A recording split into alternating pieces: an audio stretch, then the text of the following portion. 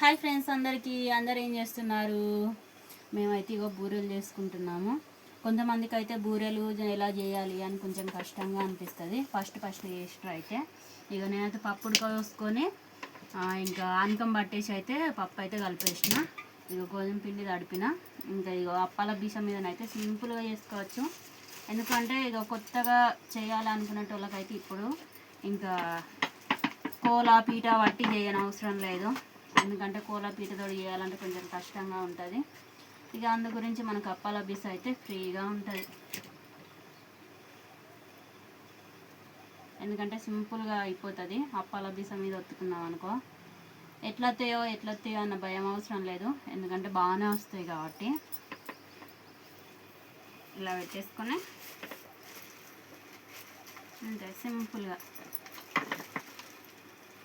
ఇంకా కొత్త లగ్గమైన వాళ్ళకైతే అయ్యో ఇట్లా వేయాలి అని అంటారు బూరెలు. ఇంకా లక్స్గా కష్టమే అయితే ఏం ఉండదు. ఇలా సింపుల్గా ఒత్తుకోవచ్చు. బూరె అయితే రెడీ అయిపోయింది. మనకు మళ్ళీ చేతితో చేసే కంటే దీని మీద అయితే పెద్దగా వస్తాయి. ఇదిగోండి, ఆల్రెడీ బూరెలు అయితే స్టార్ట్ చేసినాం అన్నట్టు. మనకి నూనె కవర్ వేసుకున్నాం అనుకో ఇంకా సింపుల్గా వచ్చేస్తాయి.